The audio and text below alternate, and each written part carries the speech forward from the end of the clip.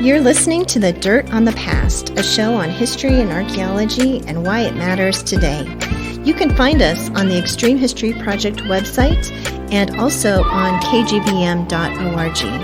Thanks for listening.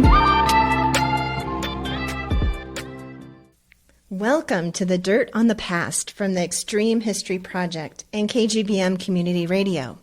Whether digging up a site or dusting off the archives, we bring you some of the most fascinating and cutting-edge research in history and archaeology and discuss why it matters today. Join me, Nancy Mahoney, alongside co-host Crystal Alegria, as we converse with anthropologists, archaeologists, and historians about how they bring the past alive. Welcome to this week's edition of the show. I'm Nancy. And I'm Crystal. And we're the co-hosts of The Dirt on the Past.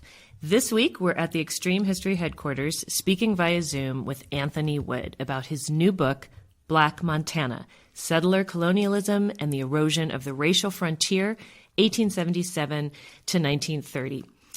We are excited to talk to Anthony, and we know Anthony from when he used to live here in Montana and go to school here.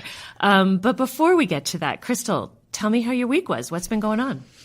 Well, this was a super busy week. I was in Helena on Monday, and I was in Virginia City on Wednesday, and I was at Crow Agency yesterday and in Billings today. You were all over. You were also at my house for I was part of that at your house. I don't even know what night that was. That was Tuesday night. Right? Tuesday. Yes. So the reason for the marathon travel around Montana was that we were filming The Story of Us, which is the documentary that we've been talking about for months now. It feels like here it's really happening. Here it's happening. This is it, right? It happened. Wow. We filmed. What was that like? It was so amazing. So the company that we're working with, the film production company, is called North by Northwest. And so they brought their crew out, and I've been working with a woman, her name is Kimberly Hoberg, and she works for North by Northwest. And her and I have kind of been working on this project for probably about 3 years now. Right. It's been in the works for a really long time. Most of that time was fundraising. But we got to the point this week. We're ready to film. The crew came out. We filmed the entire thing. You guys had already done the research, come up with the questions for interviews and also the locations for where filming would happen. Right. So you had to have that all done so that this could all happen in about 4 or 5 days. Right. We had a really super detailed schedule so that the filmmakers could just come in and shoot and, knew exactly where they were going, have the interviews coming in. I mean, it was just super fast so that we could get the maximum amount of their time this week while they were here. So, because they say in the film business, time is money. So time is money flowing out the window. It seems like in this case. Yeah. So we had a really good week, and we got it all filmed, and we had some amazing interviews within that. And we, used your land, Nancy, to film part of it on, which was great. And we also filmed in some very historic locations like the Capitol, Montana's Capitol building, at historic Virginia City, on the Crow Reservation. And so it was just a whirlwind, but it's going to be amazing. It's going to be an amazing film. It features 4 historic Montana women: Sarah Bickford, a Black woman who lived in Virginia City; Maggie Smith Hathaway, one of our first legislators here in Montana, who represented Ravalli County. And the third person was Rose Hum Lee, a Chinese woman who grew up in Butte, first generation Chinese American. And then the fourth person is Susie Walking Bear Yellowtail, and her granddaughter, Jackie Yellowtail, talks about her in the interview. And so it was just so special. So that's amazing. Yeah. I enjoyed the part I got to see where Shane Doyle came out with 3 of his kids, all dressed in regalia that Crow people would be in if they were doing a powwow or dancing. And he drummed, and his 3 children danced. And I have to say the film crew was amazing, but I felt like those kids were having to dance a lot. And it was great that the film crew had snacks and water that they brought out. Yeah. But after I had to leave, they then were getting out a drone. So it wasn't just the full-on film, but it was. But they were amazing. So they were having fun. It was Shane, and then his daughters Ruby and was it Lillian and Kwana was. Yep. And then Blake was the one who wasn't. Blake was in it. Blake was the one dancing. Kwana wasn't. Decided he didn't want to do it, so that was fine. And so the three of them danced, and Florence, their older daughter, was going to do it as well, but she had play practice, so she couldn't be part of it. But I hope they went out to a nice dinner after, because those kids really, they worked hard. And that was beautiful. Yeah. Ian came out with his big his large format camera, those old fashioned ones you see people with, and he was hoping to do portraits, but the filming was serious. So he just stayed out of the way. Yeah. But we were so excited to see that. And then I had to leave early because another project that you're involved with, so the building that Mocha Boutique is in, we're doing a story on it for Bozeman Life magazine, and you're writing that. You've been researching that history of all the other businesses that have been there before, when the building was originally built, a lot of interesting stories. So Babs Noel from Alara and I had our photo shoot that I had to go over to. So we got to do that, and then they actually photographed my staff in ours, because they're going to do a little profile on our boutique to go along with your historic discussion of the building. So we're excited for that to come out next week. So busy week too for us over there. And then I'm headed to New York tomorrow for my first business trip. That's exciting. I know, so I'm very excited. Yeah. But we should get back to our guest, who we are thrilled to talk to. So we're Anthony, so excited welcome to the show. Here. Yay! Thank you, guys. I'm so glad to be here. Thank you for having me. Anthony, we're thrilled, and we want to welcome you and your sleeping child in the background, and if your wife is there too. And I want to start off by introducing you to our listeners with a little bit of background. So Anthony Wood is a historian of the American West. He grew up in Anaconda, Montana, before attending Carroll College in Helena. Starting in 2015, Anthony worked for the Montana Historical Society as a researcher and historical consultant on their award-winning Montana's African-American Heritage Resources Project. After completing a master's degree at Montana State University in 2018, he began his doctoral studies at the University of Michigan. Anthony is currently writing his dissertation, which is titled 40 Years Within the Veil, the New Black Towns of the Rocky Mountain West from Greater Reconstruction to the Great Migration. In July of this year, he published his first book, which we're so excited. Congratulations. And as we mentioned at the top of the show, that book's entitled Black Montana, Settler Colonialism and the Erosion of the Racial Frontier, 1877 to 1930, published with the University of Nebraska Press. Welcome, Anthony. We're so glad you're here with us, and we've known you for quite a few years now. I don't know. I was trying to think how many years it's been, but I first met you when you were in graduate school at MSU, Montana State University, and you became involved with the Extreme History Project. We roped you into all sorts of fun things. You did a lecture for us on some of your master's thesis research, and then you also were a walking tour guide for us for a time. And then the craziest thing we roped you into was the Pachachka. That's right. You were part of the Pachachka. Oh, my gosh. Which time-bound speaking engagement. Time-bound is the word for it. So it's 6 minutes and 40 seconds presentations. And you're very time-bound when you're doing them. And what I remember about that is we had a lot of different history folks do this certain Pachachka. So there was probably 10 of us or something. I don't know. Probably, it was quite a few. And I remember that they had a schedule. They had a list of, who went when, and they got the schedule mixed up, and you had to come. Do you remember this, Anthony? Right. I was thinking I was going after, maybe several other people, and then suddenly I had to run around from my seat. Yes. Well, no, you were in the restroom, and you heard your name over the speaker saying. The speakers, yeah, you're right. Okay, that's right. And so you had to come running in from the restroom. Goodness. Wow. And you made it. Probably have suppressed that anxiety. I think you probably have. But you made it, and you were fine, and you sounded wonderful. It was a great presentation. So yeah, so we roped you into all sorts of fun things, but yeah, so, but I wanted to start with the first question, Anthony, and we always ask our guests how they got into the field of history. And so I just want to ask you that. When did you first get interested in history? What brought you into this field? So I think I wanted to be a professional historian or even a professor very young, actually.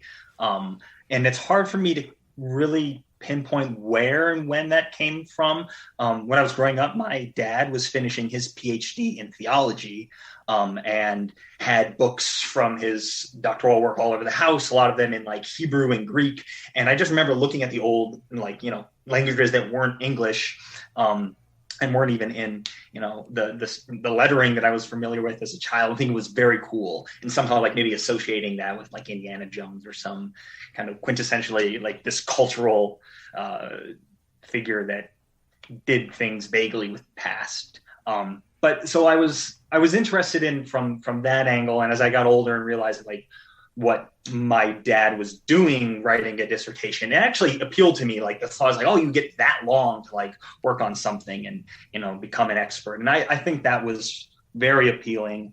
I think another element of it is probably my mom still does have this deep love of old things that she will find and collect. At garage sales or just out in the woods, and we'll be walking and she'll pick up some an old piece of those ceramic tops that are on the top of telephone wires, and she'll just carry it home, and they'll be decorating our house. So somehow this her fascination with these kind of old objects, maybe for you as archaeologists kind of appreciate that. That was, I think I remember that very early on, is somehow that connection to the past was cool to me. And it wasn't that she loved them personally. She just got excited about them, finding them. And that, I think, kind of melded with the rest of my childhood. And my uncle was a history professor as well. So I kind of had a reference point that was a job. Although I think it was probably the introduction I had to academia through my dad. And then, my mom's love of old things and history just in the everyday world, kind of an emotional, but also really tangible material connection to it.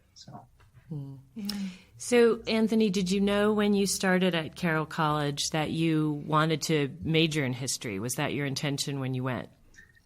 Yes, I knew in high school when I started writing, those essays about what you were going to do. It's I want to go study and become a historian. So I started in Carroll's history program. I will admit, though, I was probably not a very good student when I first began. It took me a while to get into. It took me a while to realize, oh no, you actually have to pay attention and focus and read, actually read, which is still things I tell students now. You actually have to read, and that took probably until my junior year to really sink in. But once it did, it was. I was off from there. I was never going to do anything else. I remember in your junior year of an undergraduate, a lot of history programs still make you take a historiography class. Oh, right. Write a big paper, and they're trying to get you to use different methods. And I think I went downstairs in the library in Carroll College's library building, and they had the repository of all the federal documents that were declassified. And I think I picked up the introduction to the Iran-Contra affair. Oh my. Which was then it was a full shelf or two shelves of, their investigations and the Tower report and the depositions of Oliver North. And it was just, I read a lot of it, way more than I ever needed to for the paper. And I just this is cool, because it was it was like this big collection of complicated primary sources, but like real primary sources. And there was still a question that I wanted to answer, in that class about, how involved Ronald Reagan was in the Iran-Contra affair, from how far back and how much did he know. And so I got really into like an investigative side of it. So, and that's as modern of history as I've ever done, actually, was in that. But that class. Gives you that fun, that feeling that I think we all get when we're doing, whether it's on the archaeology side or the history side. I think that quest to find answers to things, to go do the research, to at least come up with a better amount of knowledge to bring to bear on those questions. Mm-hmm. I think maybe sometimes people don't always know that from the outside, that it very much feels like mystery solving kind of excitement, Yes. And you do get down those tunnels and rabbit holes where, I mean, I know just for doing research for papers, I often get on a complete side path and read way more than I need to about something. And sometimes that becomes another project later, but I know that you, we were talking about in your intro that you had an internship, or you mentioned this in the forward of your book, that really was pivotal to you taking a look at African-American history, Black Montanans. So talk a little bit about your time at Carroll and how that led to an internship with the Montana Historical Society and the State Preservation Office. Yeah. So that same year, my junior year of college, you're supposed to take like a historical practicum class that, places you in some, I would say like a quasi-professional position. But for a very long time, Dr. Robert Swartout, who was at Carroll for many, many years and retired my senior year, he had always kind of try to funnel students into the Historical Society because it was just so tangible and useful. And they had so many great projects that it wasn't like a mindless internship where you go get coffee for people. You actually got to do work. And I was so fortunate that he was still there and they were still kind of using that avenue for that particular class. And the Preservation Office at the Historical Society picked me up for those credits. And at first, I think I was doing an assortment of historical projects, one on women World War II pilots flying the planes between bases in North America, which was really fun. That's very cool. That would have been some biographies. I did my first kind of historical talk at the Historical Society on that topic, kind of old schoolhouses. So a lot of research. And then right at the end, like right before I was done with the semester, they had need of someone to go through these censuses for the African-American Heritage Resources Project. Kate Hampton, who was my supervisor, and she's the community preservation coordinator there at SHPO, she had been working on this project for a very long time, since I think 2005 or 2006. Just like gaining momentum through, writing, grants here and there to try and pull in pieces. And they had enough information right when I got there. So really fortuitous. Right when I got there, they had enough information that they were going to start kind of these big pushes to identify buildings for possible candidates for historic preservation. But they needed to figure out where buildings, homes, businesses of Montana's historic Black community, they need to figure out where they might still be standing, which involved going through a census, starting in Helena, trying to find addresses, and then taking those historic addresses from 1910 or 1920 or 1880, which are not the same all the time as today, and then using insurance, like Sanborn insurance maps that were drawn up, usually around in the same time period, and then try and figure out using Google Earth to see if maybe these are the same buildings, if they're in the same part of the lot, or if they're the same materials. And then, because it's really, you can't just, you have thousands of buildings, you can't just really go to the county courthouse and pull deeds for all of them. You could, that would be one way to do it. That's great for one house. It's a terrible method for many, many buildings. It would be a very time-consuming project if you did that. You have to go to the county clerk and recorder's office and go through individual properties. So I was that, like, the legwork I was not asked to do any like great analysis. I was not asked to think through the problems of thinking about race in Montana or anything like that. I was really just looking for buildings that were still standing. And I got really into it in that last part of the semester. I think I was very fast. I think they had given it to me thinking I would get started. And I think the next week I was done with the first section and they were like, oh, okay. That's probably because you were so interested in it. Right, it's probably fascinating to you. So you really spent the time and just got it done. Yeah. Right. And there was no desire on my part to space off and think about something else. Cause finding these houses was so interesting. And then at the end of my semester, Kate Hampton asked if I wanted to come back and do a kind of another informal, I don't think it was through Carroll, but it was through a Carroll-related scholarship, kind of as a work study almost, to do the same project. I did that my whole senior year, had some really, some great different ways the project went, which was fun because I felt like I was a part of it, like professionally, while I was still in college. And then after that, they hired me as like a temporary contractor to work, on that particular project until I went to grad school. So, yeah. Is there anything else you want to know about the project? Because it really is, it's really immense. Yeah.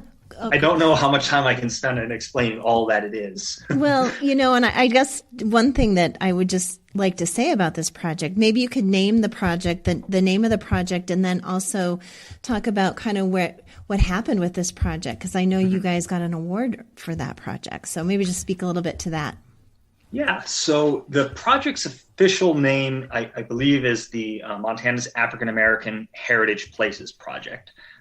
It has a website now, which they're kind of redoing as the administration turns over. They had a new system, so it's in the process of kind of being refurbished again. But this website holds really an immense amount of information that's been collected. I like to think of it as its own kind of public history archive. It has multiple editions of the U.S. Census in which all African-American residents in Montana from 1870, not 1880, because that census was lost, 1900, 1910, 1920, 1930 are all available, and you can look for people in towns. And that's really just a useful source, considering that usually those names are like so disaggregated and pulled apart that it's hard to think about a community without doing a lot of work. A lot of essays and articles were written for the website. I wrote probably a dozen or so on various topics, from, history of Black churches or the military. They had some other wonderful historians that wrote on women in Montana. The Montana Federation of Colored Women's Clubs has a lot written on it. That's all available. It has bibliographies, and then it has, which I think are kind of the highlight of it, all these oral histories that they've pulled together over the years. They got some grant money to do oral histories with Black Montanans from usually the generation which they were kind of growing up in the middle part of the 20th century. But they're really wonderful, and they link to other older oral histories that the scholar Quintard Taylor did in the 70s.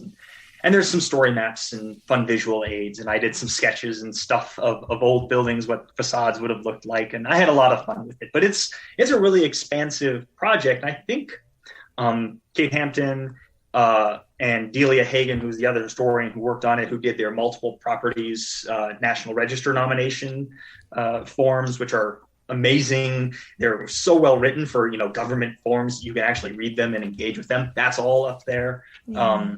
They won, I think it's 2017, the state and local histories award of merit, which was, that's a very big kind of organization across the entire country of all, local historical kind of organizations. This project kind of won their big award, which is mostly testament to them and having this really kind of, I think, a capacious vision for what public history could be at so many different levels. So I was just really fortunate to show up right when I did at the same moment, and just got to do years of research essentially before I went to grad school, which is not at all how it usually goes. Right. So I was very intimidated by you as a master's student. And I feel like, okay, now I understand a little bit better how you already had such a handle on, but I think the serendipity goes both ways. You know, you feel like you got access to this, but I'm sure they were feeling, oh, wow, how did this right person show up, undergraduate who has aspirations for graduate school? Because I've heard you in classes speak on this topic, and you handle this and treat this so well, and it's so important. And I think, as we'll get to, one of the best things you do is make the case for why it's so important. Not only is the material interesting and fascinating, but why it's so important to everybody who's living here and in other places and in the larger West in general. So I love hearing how that whole thing kind of birthed this book, and then what will be your dissertation too. It's great, you know, and then the fact that it came out of an award-winning project. program. Right. So if people want to look at that, they can just Google that and right. find it. Google and it's Black a great history resource. in Montana. That's the first thing that shows up. Yep. Okay, great. Yep. So it's a great resource. So then, Anthony, after that wonderful experience, you decided to pursue a master's degree and came to Montana State University. And can you talk about your master's thesis and kind of how this work that you had been doing really influenced what you were going to do at MSU, and kind of how you moved forward in that? Right. I was kind of trying to think of this earlier today, because it's hard for me to remember exactly like my frame of mind. So I arrived in Bozeman in 2016. I knew I was going to write about Black history in Montana generally, since I had all this research kind of at my disposal and already done, and the interest in general. But I wasn't actually sure what it was going to look like. I thought maybe it would be something, very simple, a standard short master's thesis, picking I think maybe an interesting pocket of this history and really delving into it. I thought maybe that was my avenue. And then as I got there, I got introduced to the joys of graduate reading, which was something very different than I had ever experienced. Getting to read authors from really a wide array of disciplines. So standard, historical narrative writers were wonderful, but also like post-colonial scholars and cultural theorists, and historical materialists, like way beyond what I had experienced really as an undergrad. And I quickly decided, I think in the first semester, that I was going to kind of wait to see what the project was really going to be, based on what I was drawn to and the types of questions I wanted to answer. And then in, I think the next, like the winter, so 2017, I took Mark Fiji's, his American West seminar. And this year, he had decided kind of for the first time to change it, because he's an environmental historian and had always had a very particular lens that he had looked at the history of the American West. And I think as I understand it, from some prodding from other faculty members, mostly Amanda Hendricks-Komodo, who also all know, he decided, let's take a look at the West specifically from this framework of settler colonialism, which was, so in 2017, not a new field, but it was still looking back, I feel like it was still kind of peaking in many ways, and how much people were talking about it and citing various authors. So the entire semester was reading through the West through the lens of settler colonialism. And in that class, all of these courses, I realized it's just, none of these authors they might talk about Black migrants in the West very briefly. They might talk about Black soldiers, but usually only in the context of being used by an imperial state to conquer Western lands. And then they never mention them again. And I had already done work on Black soldiers and specifically Black veterans. And I was that was the first connection, was I know they don't just disappear. They don't just go back somewhere. Most of them settle in Montana, and they're part of this community. And in, I think, important ways, acted as kind of certain pillars, especially for the Black community, but also very vital members of the community, at large. So there was, in that class, I realized this is an interesting angle. It has lots of meaty theoretical questions that are great for graduate work.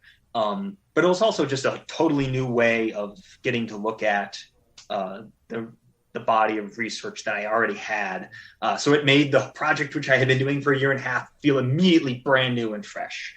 So then I didn't have to do that research. I really just went over it again with this new angle, and immediately started writing. And I think I just wrote for 18 months. And when I was done, it was, 5 chapters and then an introduction and a conclusion, which was quite a bit longer than what I've been told most master's theses are supposed to be, or even accepted. So I have to thank, Mark was fine with it, but it was really the fact that Mary Murphy was okay with reading it. That was my biggest hurdle, that she didn't say nope. Right, cut it to 70 pages, but luckily I don't think she had any inclination. She was also really supportive and helpful too. So right. Yeah. And so then this master's thesis that you wrote became your book that we're going to be talking with you about today. So yes, plus a little more. You have a little more in there. It grew somehow. It grew. I love hearing about how these ideas that turn into projects or books get started, and it's fascinating. It sounds like it was the perfect combination of you already had all this information, and then hearing you talk about sort of being introduced to this idea of settler colonialism, that theoretical framework. I mean, this is what graduate school is designed to do, right? All of a sudden you're like, oh wow. And because you were coming, it's so interesting, from looking at for a way to talk about Black people, African Americans in the West, you were the only one who was noticing what was missing. Like you're saying, and I love how you talk about that in the introduction, that this settler colonialism perspective was so much about the binary of white and indigenous. And sometimes African Americans were on the side of also sort of the settler colonials, white colonial people. But then there's this complicated middle ground that they hold because they don't really get afforded all those rights and things like that. And they're coming out of slavery and Reconstruction, and then they don't end up staying for all these reasons that we'll get into. But it's so interesting to me that it takes somebody who's already got that knowledge to even notice what's not there. Because if you ask other people, well, why? Because I remember coming out here early on and saying to you, well, how come we only have African Americans also in the town? Like, why don't we see more people that are homesteading? What was going on with that? And I didn't know anyone who could answer that question. Like nothing had been written on that, and you speak to sort of other aspects of wilderness and farmland and all these other things that are going on, which I feel like there was this big gap that people didn't even know was a gap because they didn't know that there really was a history there that had been lost, untold. So I just find that whole story fascinating, and it's fun to know how this book came to be.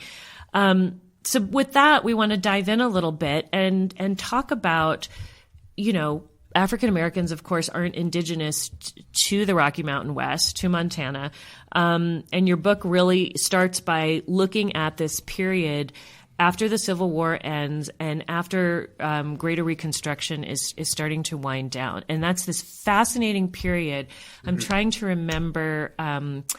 I read a book by Elliot West about the Nez Perce, and he talks about this period in the West, and he defined it, this period of Greater Reconstruction, which I remember Robert Rydell asking us, does he make a good case? And I was like, he's got me. This is what brings the whole nation together, because you've got Greater Reconstruction, and then that's starting to end, and you had all these compromises about adding new states, and you get this complicated issue of economics and race, and you have this settling of Native Americans, the last Indian Wars, the settling on reservations, and this real push to then settle with white settlers, Euro-Americans, the West.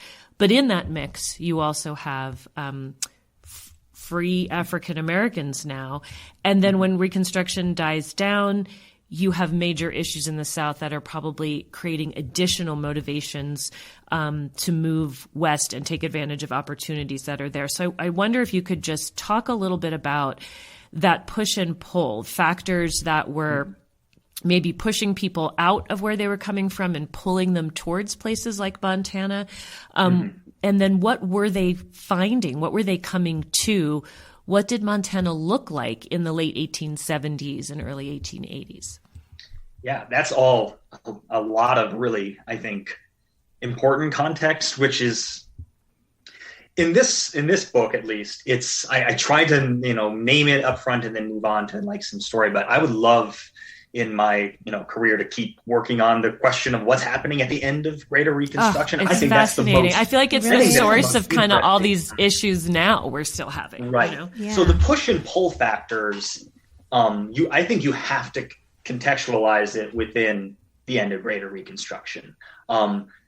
The old paradigm of talking about it is that you have in the 1870s in places like Montana, you have it's the capture of Chief Joseph, that close to the Canadian border in 1877, or the various massacres of Indigenous men, women, and children across Montana and the surrounding territories. That's happening in the 1870s. At the same time that in the South, congressional Reconstruction is violently in many cases dealing with the inability to protect free people, the inability to really make good on the promises of the Reconstruction amendments, and really kind of this uncertainty about what the nation actually is. Like, what is the nation state? What is the nation? I think there were deep questions and concerns and real fears. So now the scholarship on Greater Reconstruction, as I'm still encountering it, there is, I think, too much of a distinction between the story of race as it regards African Americans is the side of the equation that's happening in the East and the South, and the side of the equation that is taking place in the indigenous West between white settlers and Native peoples is the Western question. But there is, I mean, Montana is not by any means the only way to problematize that. I think this separation, this rupture in that way of thinking about the time period. So this book is really, it's looking at the end of it, because by looking at what happens right afterwards, I think we can make a certain claim about the significance of the moment itself. It's not, separately, it's not important for the South and then also important, but differently important for the West. It's really the same question. It's all related, and I feel like there is more and more scholarship making those connections, and yours is very much making that case as well. I think you do that really well. But talk a little bit about what then specifically it was like. Yeah. Mm-hmm. So obviously, leaving at the end of Greater Reconstruction, if you're a Black person living in the South or in the North, there is obviously tremendous uncertainty. There's also economic, depressions kind of every 3 years at that point for a while. And to the West, it is at least in popular imagination that this is now finally a space where you don't have to worry about Indigenous people as like a threat to some kind of material well-being. At least after the end of the 1870s. So that in popular imagination kind of fueled a pull to the region for both Black and white migrants, I argue. African Americans have the added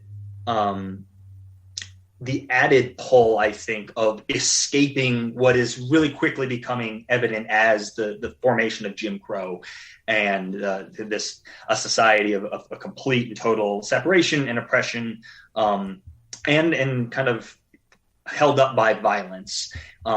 So the scholar Quintar Taylor had made this argument for a long time as like, this is what made the West appear to be that new racial frontier after, the Civil War and Reconstruction generally. So I do agree with those pull factors. In Montana, we have a really wide variety of, livelihoods and occupations that drew people. You have the railroads, which are, at times a little bit later coming through in the 1880s and 1890s. They're still being built. You have a lot of mining in the 1860s and 70s.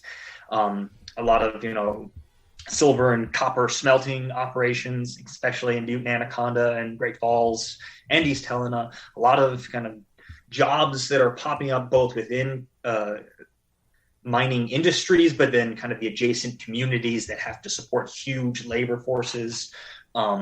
So Montana in the 1870s, I still try to argue that even at the end, it is primarily kind of, we can imagine like tiny islands of settlers within a sea of land that is, for the most part, still occupied and controlled politically by indigenous peoples. And by the 1880s, that is obviously a fast inversion that takes place, where then rural population in Montana through the 1890s and early 1900s kind of explodes, so much so that by 1910, Montana's population is 65% rural. A large homesteading bubble is forming in the 1910s. But the cities are growing as well, and it's in these cities where over 90% of Black migrants, Black settlers to Montana arrive and begin, forming communities and putting down roots. And so these are really interesting spaces, I try to argue. And within the 7 or 8 major cities in Montana, different towns have different kind of occupational emphasis. There is a lot of work available, especially in the late 1870s, 1880s, 1890s for African Americans in what we would call like service sector jobs. But there's also a large growth as those Black communities grow. There is something that kind of looks very much like a Black middle class, a Black professional class that both serves the rest of the Black community. But also by the early 1900s, there's a string of forts across Montana, most of which house the African-American regiments that are collectively known as the Buffalo Soldiers throughout most of the 1900s. So there's this huge variety, and that variety, I think, leads to a real diversity of experience within the Black community itself. So I try to explode immediately the idea that somehow a Black experience in Montana is monolithic in the first couple chapters before I do try to pinpoint and think about, well, what is in common? But I hope at least I've succeeded in first kind of convincing everyone how much variety there was in the homes and lives that people built here. And there was such a variety among white settlers, the dominant settler community that we're thinking of. But I want to ask about homesteading. And was that an opportunity that was as open? Because, I mean, you could prove up theoretically and get land. Was that a motivation for any or many African Americans coming out? So there are a handful of Black homesteaders that take advantage of the first acts in the 1860s and some of the renewed acts in the 1870s, but a relatively small number. And by the 1900s, I think we start getting some sources that maybe intimate to us, if we were to read into them, that this is not a particularly open process in all instances, which we know it isn't in other parts of, the Great Plains. There's extensive documentation of how difficult it is to truly, take full advantage of the Homestead Act in places like the, Oklahoma or the former Indian Territory. There's a lot of work that's been done on Black homesteaders that shows just how difficult that is. I was intrigued when I came across sources from like 1906 and onward. Montana's Native American reservations here are a relative latecomers to the allotment process, which then they're all like adjudicated in courts, and tribes in Montana are fighting kind of bitterly to resist allotment in some cases and push it off. So by the early 1900s, there are a number of reservations across the state that are reduced in size pretty dramatically, and there are also reservations in neighboring Idaho and Wyoming that are also kind of part and parcel of this. So I found sources from the Black press in the early 1900s that are talking about this allotment process. And it seems to me that early on, there must have been some problem with the process and really making it useful, because they're really pushing. They kind of sound like almost old-fashioned boosters. They're really pushing Black settlers to go and make claims on land, and they're emphasizing the fact that, you know, in this process, no one can possibly know your race. It's just your name. There's no identification necessary. It's you know, a double-blind draw, and you'll just get the land, and then you can, you know, try your best to prove up once you have it. And as far as I was able to determine, there are obviously individuals, people who do get homesteads, but it's not quite the same as places like Eastern Dakotas or the Eastern Great Plains, where you do have a larger number of Black homesteaders throughout the early 20th century. It really does seem to stay fairly small, so much so that, you know, you can point to a handful of families. Up by Great Falls, there are more.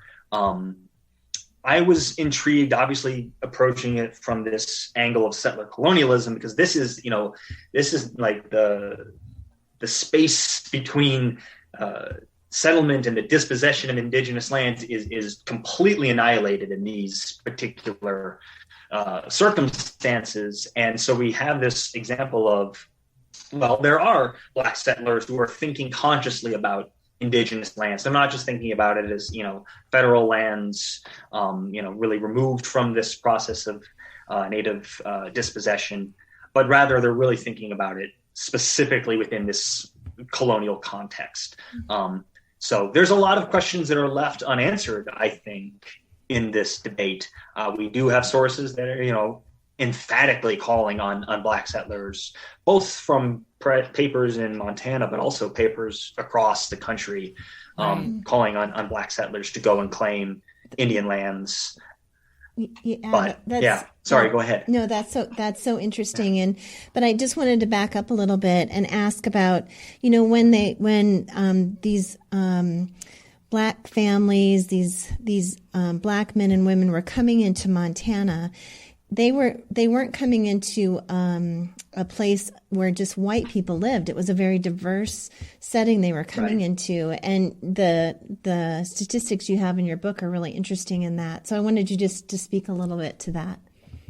Yeah, that is, I think, actually really relevant to a question we might get to a little bit later on, like, what do we make of all of this? It is not the world of Montana, territorial Montana, and then early statehood in 1890 is not indigenous people kind of collected on a handful of reservations and then completely uniformly white in our current sense cities and then nothing else. 1890, Montana is very close to, if not the most, it has the largest population of non-white, you know, foreign-born or foreign-born citizens. So it's this mix of, you can go to a city like Butte, for example, and you will have a very large population of Chinese laborers and immigrants, and a large population of Chinese Americans who are, you know, born within the United States. You have large groups of Hispanic peoples and various workers that are working through kind of early agricultural industries, especially in, you know, parts of the state like around Billings. You still have a lot of indigenous people who are not on reservations. That's kind of a myth, I think, that a lot of people have pointed out, especially by the 1890s. Indigenous people are, you know, working and living and traveling between reservations often, so they would have been part of this, you know, everyday social fabric of Montana's cities and towns.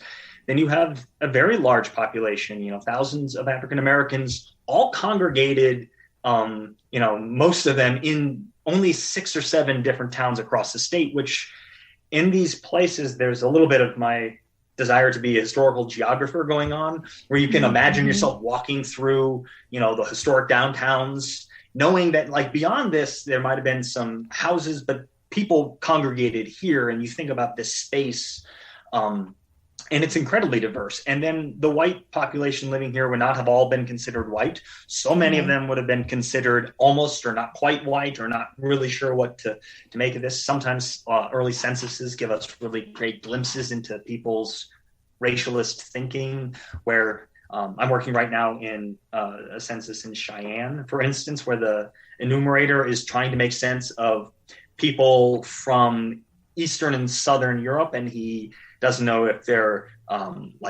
he wants to put Romani in the ethnic category, but he also doesn't know if they're just Italians, and he doesn't seem to know how to ask them. So he just after a while of writing ROM, he just scratches and then just puts other. He doesn't know what to do. Oh gosh, interesting. So Montana, along with I think Minnesota, is the other state.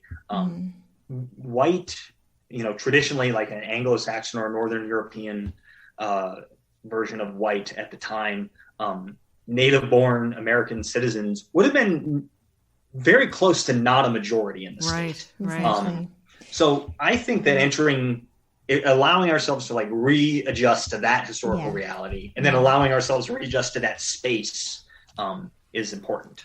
And I think you make such an interesting case that you look at Montana now, and it just has such a tiny population, which is one of the things that got you interested. Such a tiny population of African Americans. I mean, we have our reservations filled with, tribes that make up a proportion of the population. But to go from that diversity in our history to where we are now, I think you're starting to give us those answers to that question of what happened. And before we get on to a next question, we're going to take a quick station break. You are listening to The Dirt on the Past with co-hosts Crystal Alegria and Nancy Mahoney on KGVM Bozeman or wherever you find your podcasts. We're speaking today with Anthony Wood about his new book, Black Montana. So Anthony, in your book, you talk a lot about colonial erosion. And did you coin this term, colonial erosion? Well, before you answer, let me finish my question. But can you tell us first what that means, and what you mean by colonial erosion, and what effects or consequences this has on the history of Black communities in Montana? Mm-hmm. I think I coined the term, but it's not mine. I really adapted a very kind of a smattering of other academic jargony terms, which I was using to think about the way to view this history in both a past and a present sense. So I came up with erosion because I think it was, slightly more widely known. Some of my advisors liked it better than the post-colonial terms, which more or less did the same thing. But it's almost like a metaphor where you can imagine that something is happening in the past. There's an action taking place, and it's fairly constant. And in fact, sometimes it's dramatic, and then sometimes it's very subtle, like, erosive events can be, something as dramatic as massive floods or glacial. I mean, there's a pretty wide variety of how how actions can take place. So I like that as a metaphor to describe how is it that we can go from a space in the turn of the century, early 20th century Montana, where Black communities, as far as I have been able to kind of glean from all the sources, seem to be growing in step, if not slightly faster than the white cities and towns in which they were both embedded and infused. And then suddenly, after roughly like the interwar period, after the 1910s and early 1920s, this really, it shifts and takes a dramatic, 180-degree turn. And I had done some demographic work and realized okay, so this is not just some natural demographic shift. That takes so you're place meaning by the dramatic economies. Turn, just to be clear for our listeners, you mean the turn is that you have a lot of this diversity, you have substantial percentage of populations of African Americans and other groups, and then at that interwar period and after, we see a dramatic difference, like it declines by 50% or something. It declines by 50%, that's the population of African Americans in Montana declines by 50% by the post-war period, which is in one sense half the Black families and individuals who had been living here stayed, but then half of them kind of have to, for various reasons, or choose to leave and go to other places.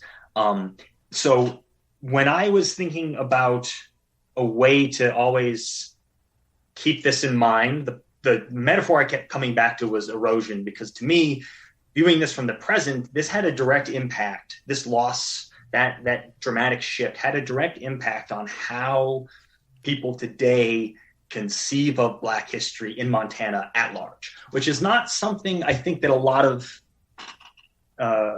like local or state histories do. They don't make that move between like something back then now changes the way we view our lived reality today. So I think this is where coming from public history, this is maybe not, the grad school theory didn't actually help. Coming from public history is where I made the jump that said there is a big disconnect that has something to do with these events in the past. It's something to do with the way that racial ideology is working and informing everyday life in the early 20th century. And it is still informing the way, my metaphor is that it had sedimented almost over and had obscured this past, the Black history in early 20th century, 19th century Montana. It had obscured that history from our focus, so much so that a public history project whose entire goal was to find and locate these resources and tell these stories.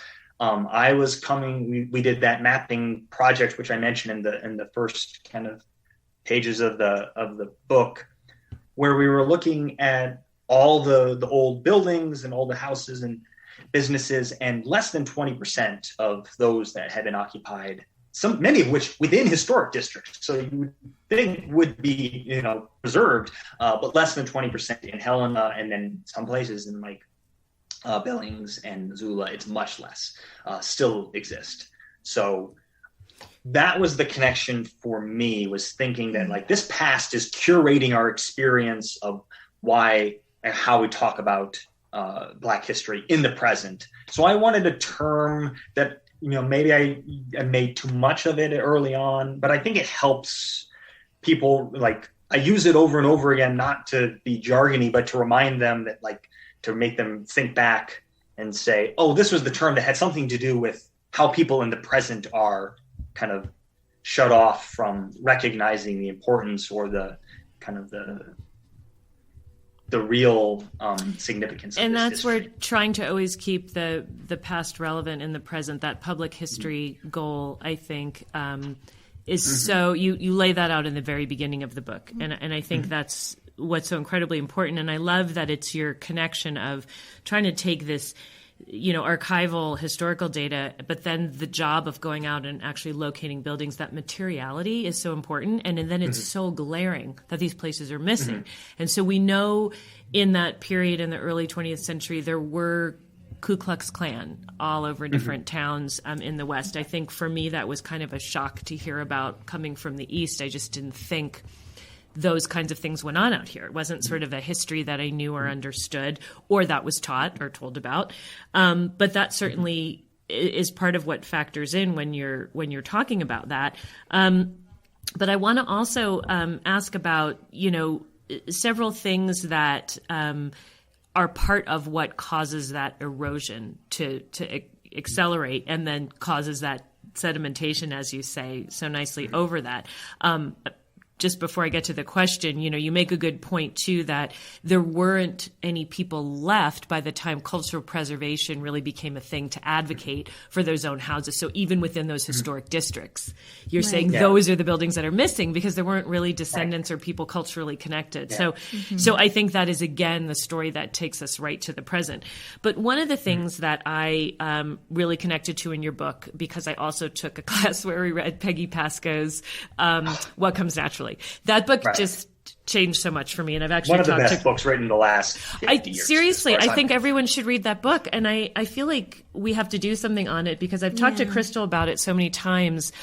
To me, to do a legal history that so clearly lays out the wild and strange ways in which race is constructed, literally constructed out of nothing, out of thin air in the legal system, because people are trying to understand what to cause people, was coming through trying to figure out how to enforce miscegenation laws, trying to figure out what race people are, because that whole idea of what race is, nobody knows who's the expert on race. They're inventing it at the time. Who are the experts? Nobody knows who to turn to. So to enforce the law, you have to actually then have somebody you got to call in. So anyway, this idea that certain people can't marry, right, is one of these things. So you talk about the anti-miscegenation bill passed in Montana in 1909. Talk to us a little bit about that law, what it meant for interracial couples, what it meant to be single as a Black man or a Black woman, and then bring us a little more present after that. Yeah, I think it's probably one of the most, it has its own chapter. So it's one of the most significant moments for Black Montanans, both within interracial couplings and not. I try to make the case that it's equally as impactful for the Black community at large.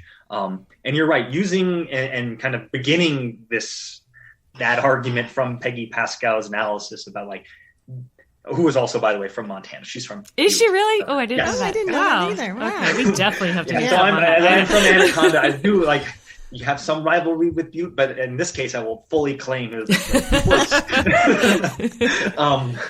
her argument. I let her, the construction of race is obviously across the West is implemented at all kinds of levels of government and the state. It's one of the things she argues that kind of forms the state in a lot of different places. Something that had been, maybe immaterial or ineffective becomes real and tangible through the process of legislating and trying to track down people who are violating anti-miscegenation codes. I was interested really in thinking about the consequences of this law stemming and where they originated from in Montana's own really unique sense, within a state that I argue throughout the book leading up to this point is operating by both kind of like anti-Black racial logics, but also, anti-Indigenous colonial logics. Right. So one of the things that is really fascinating about Montana is that the prior 1907 legislative cycle, this same Senator Muffley of Broadwater County, brings up the bill to ban all interracial marriages, but he included a ban on white and Indigenous marriages, and it is roundly defeated for that reason. So much so that he only changes those words for the next time, and it passes in 1909. So there is something going on here with the way that Montanans, through their legislative body, are thinking about interracial marriage, thinking about interracial sexuality, and all these kind of attendant issues, is still, by 1907, deeply informed by a colonial logic that is concerned about Native peoples, it's concerned about Native lands. And I get into a lot of what's already, I didn't have to come up with this, a lot of great scholars have talked about interracial white Indigenous relationships and marriage and how that has changed and why that matters. And just so people who don't know, it's that idea of a white man marrying usually an Indigenous woman is usually the way that goes, because then that land that she has access to through her family, being a member of the tribe, allotment, all that stuff,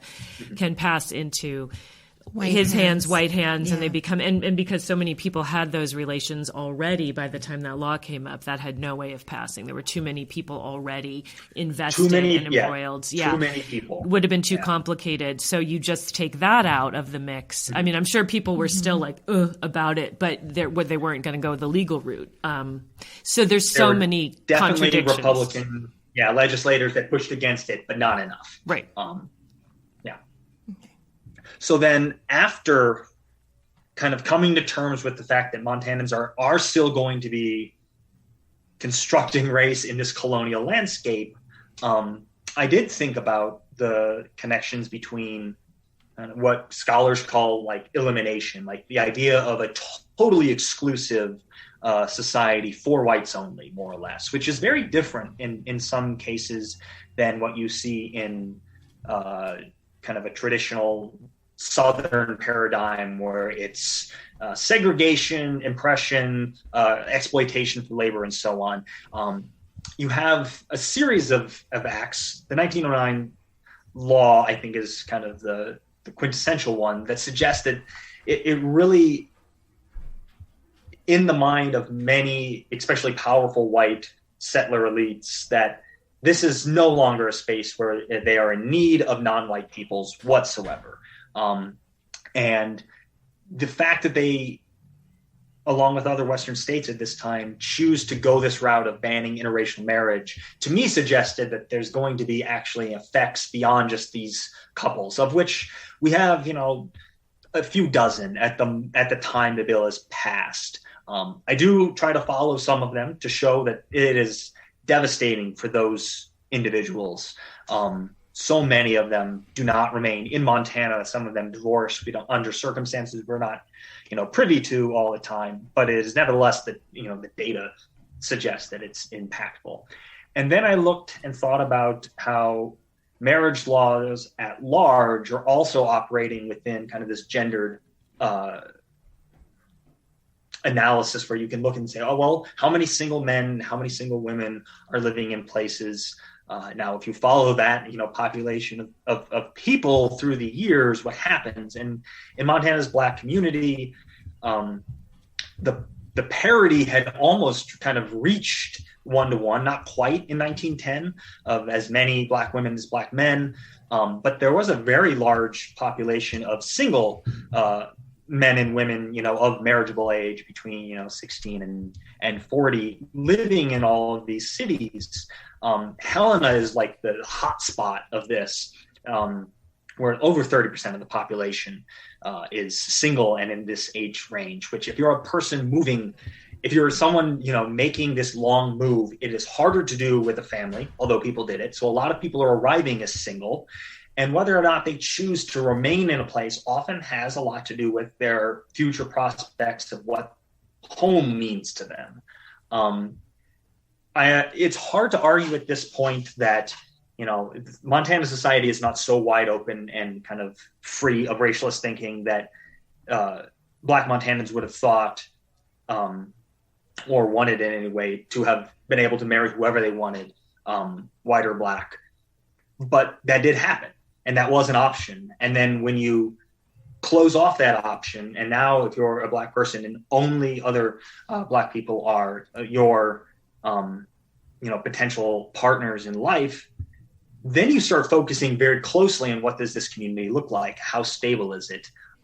And over the next 20 years after that bill is passed, for instance, in Helena, that population of single people crashes. It decreases by almost 80%, down to very few. So if we're just looking at numbers alone, we have a story that I try to argue is connected to this legal history of the anti-miscegenation laws in Montana. And I kind of end it by pointing out what life would have looked like as a young person at the end of this or in the middle of this period.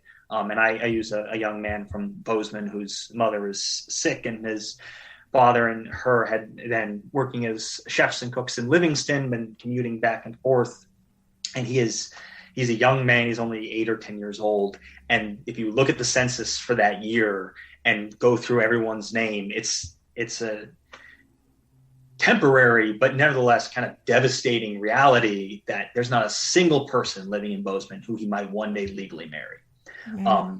And if you think about how far Bozeman is from other places, you can kind of zoom out at the bird's eye view and then just wonder, well, how could this law not have affected him in some way? Even if it had never crossed his mind, he was a young boy. His parents would have known. His parents would have been aware of these things. So their decision to move, I think, is another story. To personalize this a little bit more. Another story from Bozeman. There's these 3 sisters from the McDonald family. And you talk about this a little in the book too, but there's these 3 sisters, Molly, Belle, and Melissa, who grow up and become women, kind of come to age during this time frame, 1909, 1910, that time frame. And one of the 3 sisters gets married. Molly gets married, and she marries a man from Butte. So she goes to Butte to marry and lives in Butte. But the other 2 sisters, Belle and Melissa, never marry. They never marry, and they live in Bozeman the rest of their lives. together and don't marry. And I think that's a really good example of what happens with this miscegenation law. I think that they had no one like the young man that you talked about before. They didn't really have anyone in They were Bozeman. quite a bit older than him too. Yeah. They were living in Bozeman at the same time, so he would have been a child when they were in right kind of middle age. Right. And they just didn't have many options. If they wanted to leave Bozeman, they did. But living here in Bozeman, they didn't. They did travel around a lot, but I think they're a good example of that. Can I throw in another one? Yeah. You've mentioned Sarah Bickford and her daughters, who she married. Oh, yes. And I'm wondering, given, and I'm trying to remember the age at which they would have come to be a marriageable age, and you said she really married them all off out of state east, and I have no idea if the timing is right, but I wonder, and she purposely wanted them to marry black men. Yeah, so she and her husband, she married a white man before the anti-miscegenation laws passed, and he actually died in 1900, so quite a few years, but her daughters definitely were in that time frame. And so they ended up, she really encouraged them to meet black men and really, I would say, like you said, push them to look beyond Montana and to look back east. And that's where they did marry. Yeah. And I think there's a positive, like there was the good story where it's John and Annie Williams from Missoula, which I do hold as like this one shiny, like their marriage was nullified in 1909. They had been married since 1870, and they remained married for a very long time for this law bisects a marriage that lasts 69 years. Oh my gosh. And they did not care, and they lived. So there were people who managed to kind of weather, to use my kind of the erosion metaphor, that did weather it, or because they had the right type of friends and community around them, were not as vulnerable to the horrible erosive effects of these actions.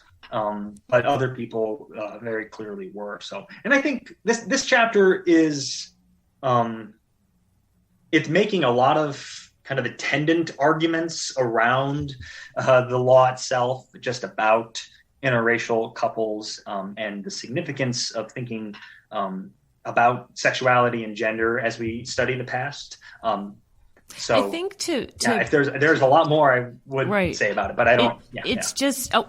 But I think to live in a place where the people who are making the laws are making a law that impacts who you can love, who you can be with, and it then requires a classification of who you are as a human based on this thing called race, which you don't even have to be very black to be black, whatever that means anyway.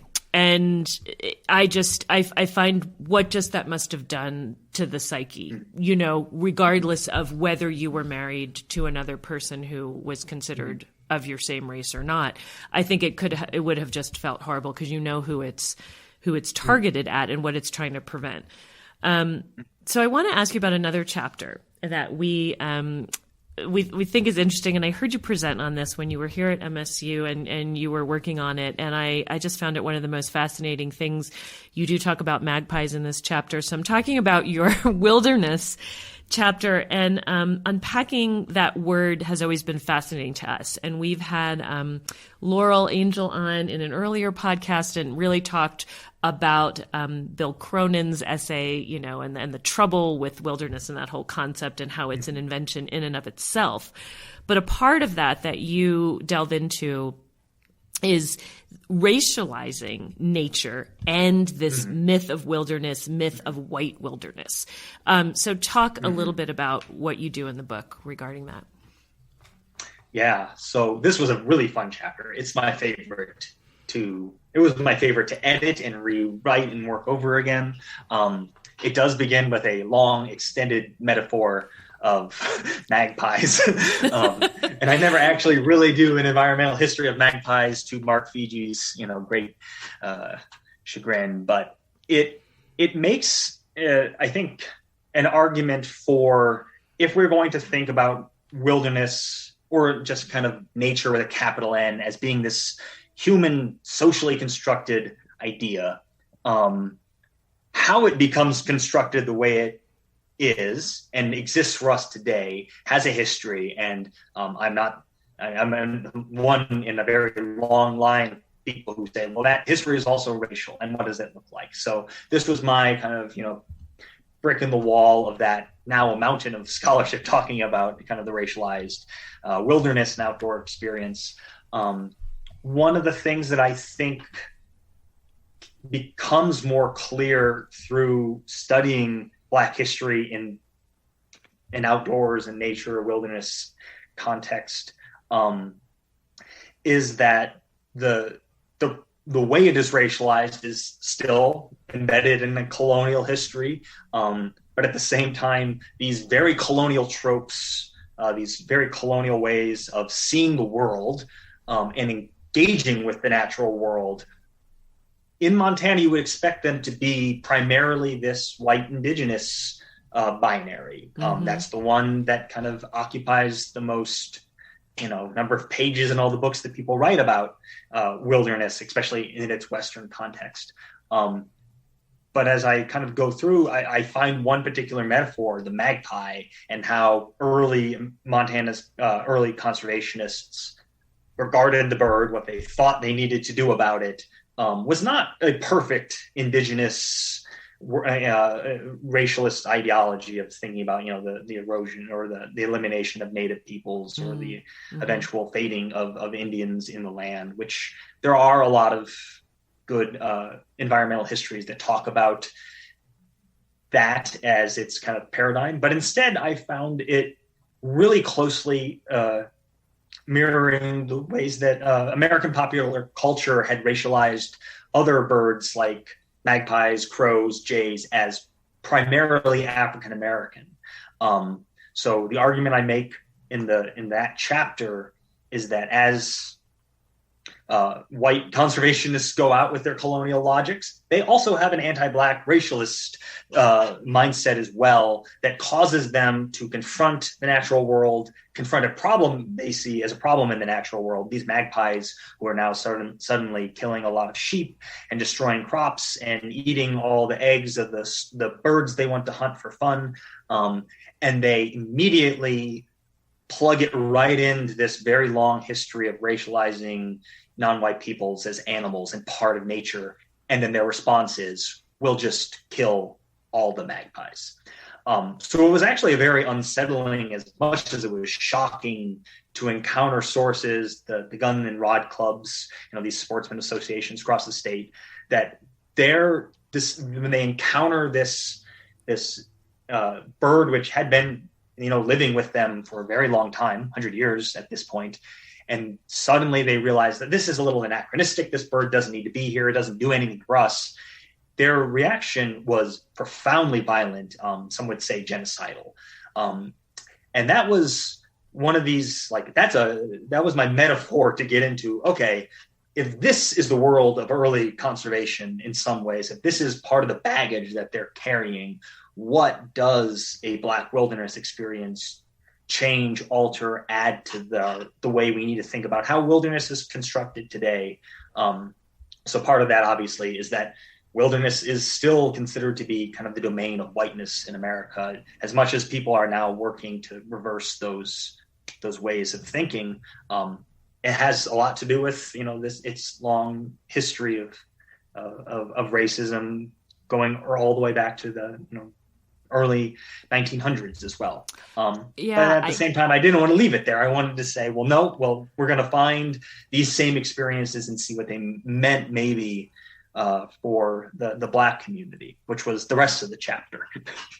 Right. And you do a really nice job talking about experiences of African Americans that were in Montana outside of cities and towns, what their experiences were of being out in nature, being out in parks, being out, their conceptions of what it meant to be in those spaces. And I just want to say, this focus on public history is so important, because even though we talk about that scholarship already being, a bit of a mountain for those of us, I have still been in many places where, you're around the public and you mentioned that wilderness is a construct, and it's crickets to sort of make a joke about that. But it's literally, people don't get what you're talking about. They're still firmly in the idea that wilderness is wilderness. It's pristine. And so I think there's still a lot of work to be done there. And I think adding in this racialized element is, we've seen this over the last decade, but it's just only now really, I think, becoming a bigger part of public histories in the parks and in places where people encounter it. So I think it's an excellent chapter to have in the book, and so important, to speak to. Yeah. So I want to kind of come back to one thing you were saying earlier, Anthony, about how when you were working in Helena, you were going back to these neighborhoods to try to locate some of these houses that African-American people lived in and grew up in and died in. And many of them were gone, and not just their houses, but their community buildings and their other structures. And, here in Bozeman, we've been doing a lot of work on Bozeman's African-American community, which was much smaller than Helena's community or Butte's community or Great Falls' community, but significant nonetheless. And so we've been trying to find this history and document this history on Bozeman's African-American community. And the same thing happened when we started doing that, which is when you were working with us. We went to try to locate some of these houses, some of these buildings, and of course they're either extremely modified or gone. And so we did a walking tour anyway, because we thought it was so important to talk about where this community had been. And usually a walking tour, you have some houses to talk about. But in this one, we had very few. We had maybe 2 or 3 houses that were still there from the time when people historically lived in them. And so I think, that just struck me when you were talking about that earlier, and thinking back to it, the walking tour, we still do, but it's, it's an important lesson that these houses, these communities haven't been saved. They haven't been preserved. But that doesn't stop us from talking about that community for sure. And so, I was so excited to see in your book that you talked a little bit about Bozeman's historic Black community, and the name, especially Lizzie Woods. When I saw that in the index, Lizzie Williams. I'm sorry, not Lizzie Woods. That's another historic character, but Lizzie Williams. Thanks, Nancy. Lizzie Williams, it just made my heart full, because it was so nice to see history that Extreme History Project has been uncovering and interpreting, kind of make it, into a book, into print. To see that history in print is powerful. And so I just wanted to thank you for putting Lizzie Williams' name in the book. Oh, of course. It would. That one was a no-brainer. It would also fit very nicely in my argument about there are some people, especially in the 1870s, Black women have some of the only presence in scholarship that people have been writing about. Sometimes it's because they did lots of, important things, or they were the first, this or that. Mary Fields, the first federal mail carrier, or Sarah Gammon Bickford, someone who owned a utilities company. But Lizzie Williams really, I think, comes to us. We only know her name because of you, but also because she left a will. And I thought that was such an interesting, just like one single document, and that however close, however many times we came to losing it at some point, one single document is all that remains of her life, and a very impactful and important story, which you've been able to pull together and kind of, I think, make a really good argument for how significant she was to the community of Bozeman existing for a very rough period of its history, which I tried to give voice to point out, like, she's serving a very standard and vital purpose in her community of kind of investing and going out on a limb and putting money up for buildings and businesses and so on, that without a concentration of people doing that, there's a lot of towns that disappeared during this same period. So I think I think there's a number of great opportunities ahead for you. I'm still in favor of 8th Avenue being renamed. Me too. So I think you should try and do that. I will have a street named after her if it kills me. Someday there will be a Lizzie Williams. We got to start that one. I have to say, we're getting fascinated with her. And for me, it kind of repeaked after we interviewed Taya Miles for the podcast, because she does that beautiful story where, from that one embroidered sack, she tells this story of Rose and is it Ashley? Yeah. And then she finds this way, even though she can't say for sure whether she's found Rose in that census and can't say exactly who she was owned by as a slave. We know that she was able to piece together so much to say, well, she was very like this, and she would have been somebody in a house in the city of Charleston. And so it got us thinking again about Lizzie Williams coming out here somehow with money.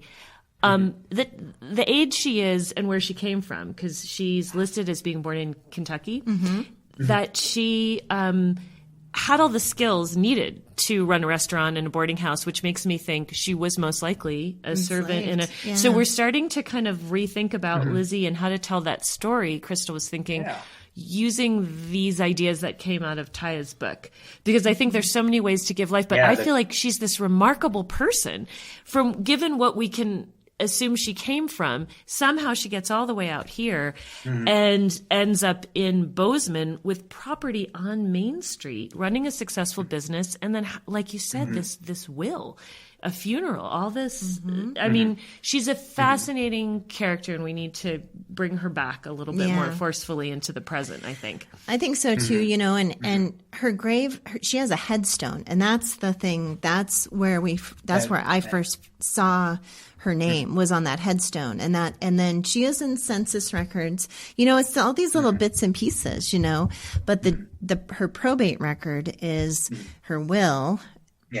Is the most powerful document, and the one that leads us down all these other little rabbit holes. But, I think that is powerful to bring these names back into our historical narrative and to then rise them up to the top of the historical narrative, and really learn our histories from these powerful community members.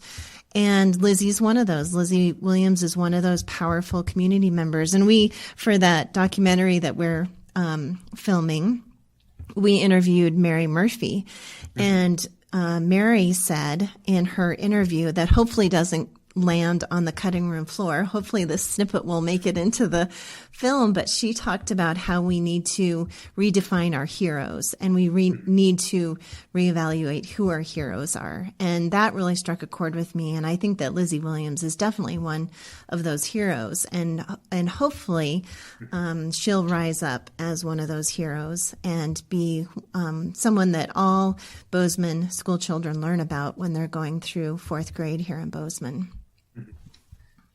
So, Anthony, you answered part of this question before, but I want to have the second part of this question, and that is: so we've talked around this a lot, but where do you think these African American populations went? Where do you think these people? Why do you think these people left, and where did they go? Well, as I've been kind of working through this and then this subsequent dissertation project, it's still a question that I come to a lot. And in very practical terms, you can point to the kind of the booming economies of other places as being just a bigger draw. You can also think about the way Black communities in especially Western and West Coast cities start to grow kind of precipitously during the Great Migration. So for Western Great Migration, so after 1920 especially. And then, so there's kind of these pull factors, which are economic and community. And so in some sense, very practical. But that has often been the main way that historians who have talked about Montana's Black community before have kind of regarded it, that it must have been too great a pull to other places. So it's not, there's a lot of people who go to Washington State to work in, kind of emergent shipping industries. There's a lot of people who move to California cities. There's a lot of people who move down to Denver, Denver becomes pretty large and attractive Black community in the Five Points neighborhood after the 20s and 30s, and continues to grow through World War II era. And there's a lot of helpful bits of that argument, but I think that when I got to the year of 1917 in the book, kind of in the last chapter, where I thought about, okay, well, this is the point in which the migration really moves out of Montana, where almost half or more than half of Black Montanans leave the state. I had already established and had been thinking about for so long this idea of being at home, that I really couldn't, and I don't think people after reading would disagree with me. You can't just say, oh, it must have been some other pull factor, because we have this history of 40 years or more of these people like scratching out the ability and the capability to call a place home, and not everyone chose to leave it, but it certainly wouldn't have been an easy choice for those who did. So I think that there's more to the equation. There are pushes. There are this Christian sedimentation of racism in Montana that's kind of starting to imbue everyday life. There are environmental components where, this drought that happens across much of the state in 1917, followed quickly by the western half of the state, experience intense labor strife and upheaval in its mining and timber industries, is causing a lot of demographic changes. So the homesteading boom, because of the drought, because of the economic busts that happen, it collapses. The bubble bursts in the 1917 to 1920 timeframe. And I did weeks of research to find one sentence in the book, which was that about 40% of the white homesteaders who were on Montana's, mostly on the upper plains, homesteading, when they lost their homesteads, were unable to kind of make a go of it.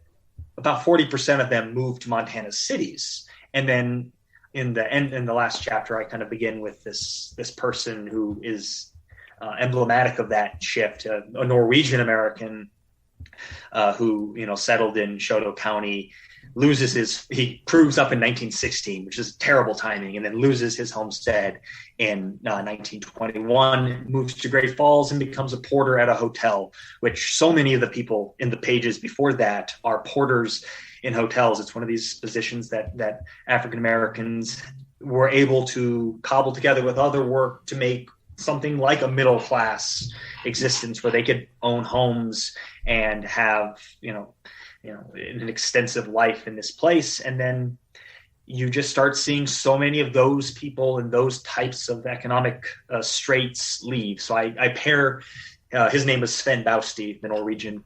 I pair his story with Jefferson and Louise Harrison. And Jefferson was a 27-year veteran of the 24th Infantry and had worked, in hotels and clubs in Helena for decades. And he owned his home on the west side, very close to where I lived when I was going to college, in this neighborhood of retired Black soldiers.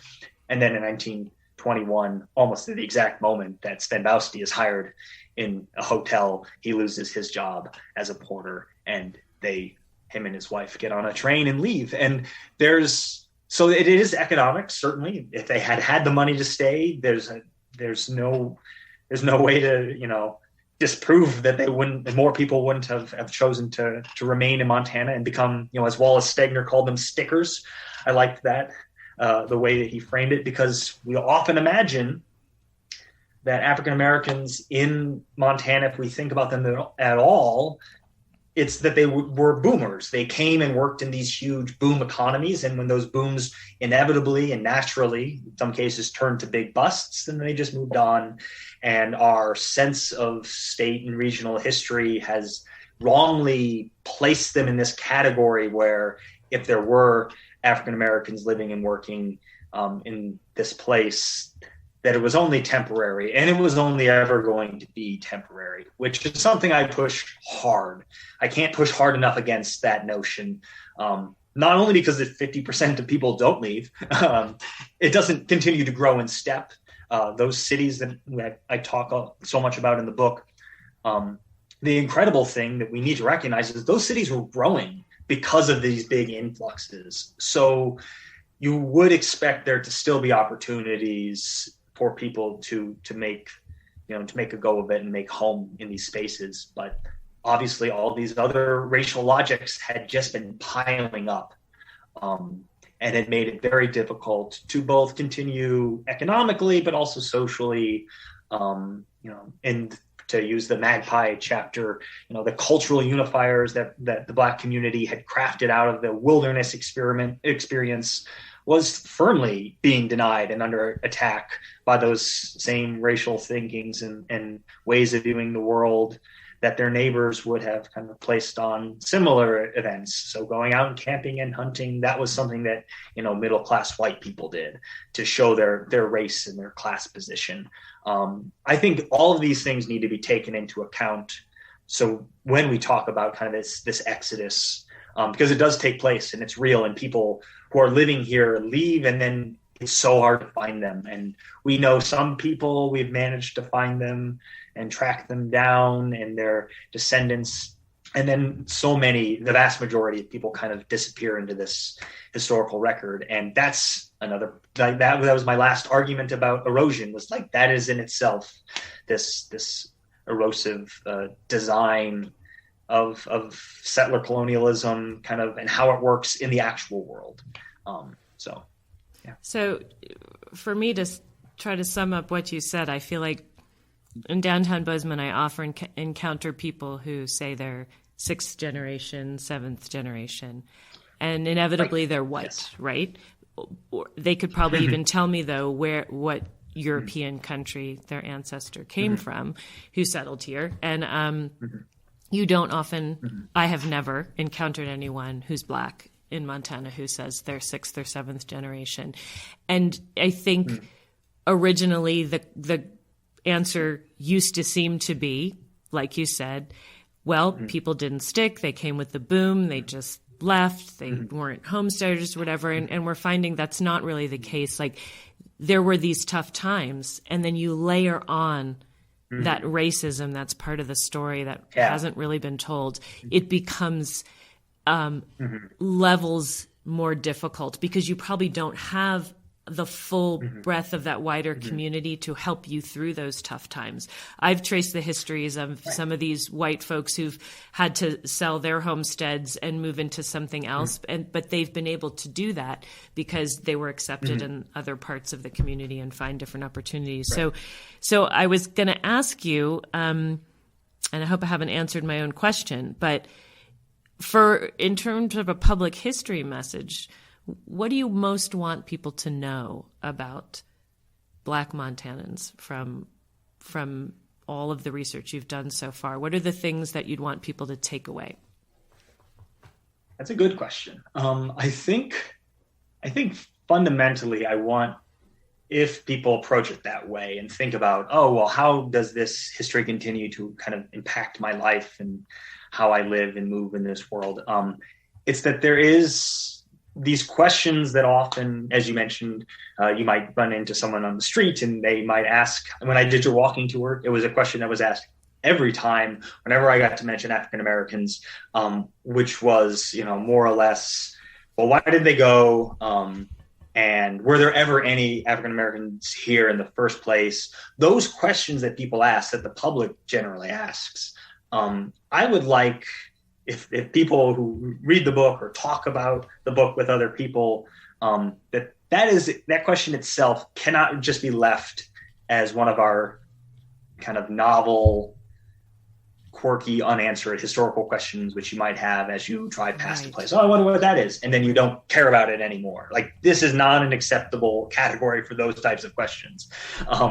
And the question about the history of Black Montanans, and in the book, I call it Black Montana, like this entity, which it's kind of a device in some ways. I'm trying to think about this community that had kind of common origins and experiences to a certain extent, but it does not encompass all of African Americans living in Montana by any means. This book, for those people who have that question, is a useful starting point to then question what happens next. There is obviously 100 years of history after 1920 when I pretty much end the book that takes place. And Montana has, its Black history of the last 100 years, which I don't really touch. I come to it in the epilogue or in the last chapter really briefly in a couple instances, but there is so much to continue to investigate. So many of the houses, which I hope someday will have signs in front of them as part of these historic districts in every major city in the state, so many of them will not be from this era. They won't be from, the 1900s or the 1890s, because those are the ones that have lost, kind of most consistently lost. They might be families who grew up, going to Carroll in the 60s, or they might have been, families of, people who had that house in the 1950s and 60s and 70s. Now it's historic as well. So it's going to continue to, I think, press on people's lived experience in Montana and what it means to think about this place as a place where more than just yourself calls it home. I mean, it's a really diverse place, and that what it means to be at home in this place, I hope, is itself a public history question in some way. But this book kind of points us to a new way of thinking about that same question that likely people have never come to with, looking for those answers. They've never come to the history of Black Montana wanting to find out, how do people live more, they think people didn't want to farm, or they didn't like the cold, or like they come up with some weird little, and to totally, destroy the stereotypes. Exactly. Yeah. And I think that's a huge thing, is to myth bust those stereotypes, Anthony. It's actually still so prevalent. And the fact that you were getting those questions and those questions still come up is just testament to how wonderful it is now to have a book you can point people towards. Yes. So thank you so much, Anthony. We're close to the end of our time here, but I just want to encourage people to go out and buy Anthony's book. Again, the name is Black Montana, Settler Colonialism and the Erosion of the Racial Frontier, 1877 to 1930. So, and Anthony, do you have a website? I do have a website now. It is anthonywwood.com. So simple enough. My middle initial is in there. And you can go there for kind of other upcoming events. I'm doing a lecture in October in Bozeman. I get to be in person, so that will be fun. For the Doig Center. That'll be wonderful. I think that's on the 19th. I'll have at least another kind of short little radio bit coming out. And then later, the Montana Book Festival, I'm doing a Q&A, which is, I think, going to be moderated by Dr. Tobin Shearer, who's the director of the African-American Studies Department in Missoula, and joined by a member of the Black Studies program as well. And we'll talk about the book, but also hopefully more about just like in this current moment, reading and learning and teaching Black history in Montana and the West. That has upcoming dates and links and all the fun stuff there. Oh, that's wonderful. Well, thanks. It was so nice to see you on Zoom, and so nice to get to visit with you today, Anthony. It was wonderful to see you both again. Hopefully I get to see you in person, in the future here soon. So sometime I'm only in Helena now. I'm much closer than Ann Arbor, but still kind of. Yes, that's wonderful. That's wonderful. And good luck on finishing your PhD as well. Thank you so much. Yes. So thank you, Anthony, and thanks to all our listeners out there for joining us today. If you love this podcast, please tell a friend and make sure to subscribe so it shows up in your podcast feed each week. And if you would like to leave a review on Apple Podcasts or on Spotify, we would love that as well. We also have a Facebook page called The Dirt on the Past, so make sure to find it and like it as well. Thanks for listening today, and we hope you can join us again to find out more about The Dirt on the Past. A big thank you to our editor and sound guru, Steve Durbin. Thanks to Lawson Alegria for the music and to John Chadwell for help getting this podcast out in the world.